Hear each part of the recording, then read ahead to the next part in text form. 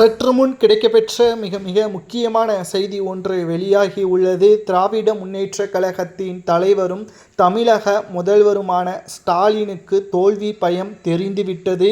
மதுரையில் நடத்தக்கூடிய பொதுக்குழு கூட்டமானது தமிழக வெற்றிக் கழகத்தின் தலைவர் விஜய் அவர்களுக்கு பயந்து மதுரையை தேர்வு செய்திருக்கிறார். சுமார் 48 ஆண்டுகளுக்கு பிறகு மதுரையில் திமுக நடத்தக்கூடிய பொதுக்குழு கூட்டம். இந்த கூட்டமானது மிகவும் பாதுகாப்பாகவும் மக்கள் எதிர்க்கக்கூடிய பல்வேறு விஷயங்கள் இருந்தாலும் பொதுவெளியில் எதிர்க்கக்கூடிய நிகழ்வுகளை தெரியப்படுத்தாமல், செய்திகள் வெளியே வராமல் மக்கள் திமுகவின் அமைச்சரான மூர்த்தி என்பவர் மீது கடும் கோபத்தில் இருக்கிறார்கள். மதுரை அமைச்சரான மூர்த்தி மீது கடும் கோபத்தில் இருந்தாலும் கூட ஸ்டாலின் அவர்கள் இந்த பொதுக்குழு கூட்டத்திற்கு முக்கிய பொறுப்பு மூர்த்திக்கு வழங்கப்பட்டுள்ளது. இந்த பொதுக்குழு கூட்டம் நிச்சயமாக தோல்வியில்தான் முடியும். மதுரை மக்கள் அதிமுகவின் கோட்டையாக மதுரை இருக்கிறது. மேலும் திமுக மக்களவை தேர்தலில் வெற்றி அடைந்ததை தொடர்ந்து மதுரை முழுவதும் ஆதிக்கம் செலுத்த வேண்டும் என்பதற்காக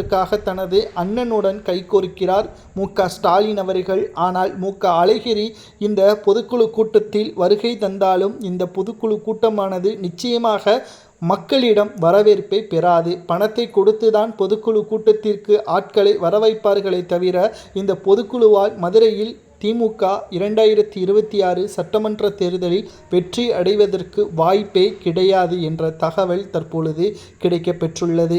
அது மட்டுமல்ல, 2026 சட்டமன்ற தேர்தலில் கொளத்தூர் தொகுதியில் ஸ்டாலின் அவர்கள் போட்டியிட்டாலும் தோல்வி அடைவதற்கான வாய்ப்புகள் இருக்கிறது. மழை காலங்களில் கொளத்தூர் தொகுதி முழுவதுமாக மழைநீரால் சூழ்ந்து கொண்டது. ஆனால் ஸ்டாலின் அவர்கள் வீட்டிற்கு முன்பாகவும் திமுகவின் அமைச்சர்கள் வீட்டிற்கு முன்பாகவும் எந்த ஒரு மழைநீரும் தேங்கவில்லை.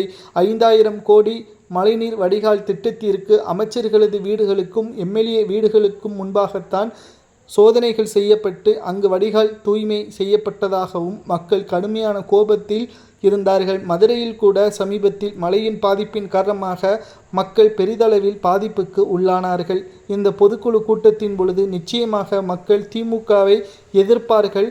மேலும் திமுகவின் அமைச்சர்கள் மீதும் கடும் கோபத்தில் மதுரை மக்கள் இருக்கிறார்கள். மதுரையில் உள்ள அதிமுகவின் நிர்வாகிகள் பொதுக்குழு நடத்துவதற்கு முன்பாகவே அனைவரையும் கூட்டி வந்து பொதுக்குழு நடத்துவதற்கு முன்பாக போராட்டம் நடத்துவதற்கு கூட வாய்ப்புகள் இருப்பதாக உளவுத்துறை தகவல் கிடைக்கப்பெற்றுள்ளது. ஸ்டாலினுக்கு இதுதான் தோல்வியின் பயம் கண்ணில் தெரிந்துவிட்டதாகவும் செய்திகள் தற்பொழுது நம்மால் பார்க்க முடிகிறது. இதை பற்றி உங்களது கருத்துக்களை கூறுங்கள். வெற்றி அடையுமா திமுக?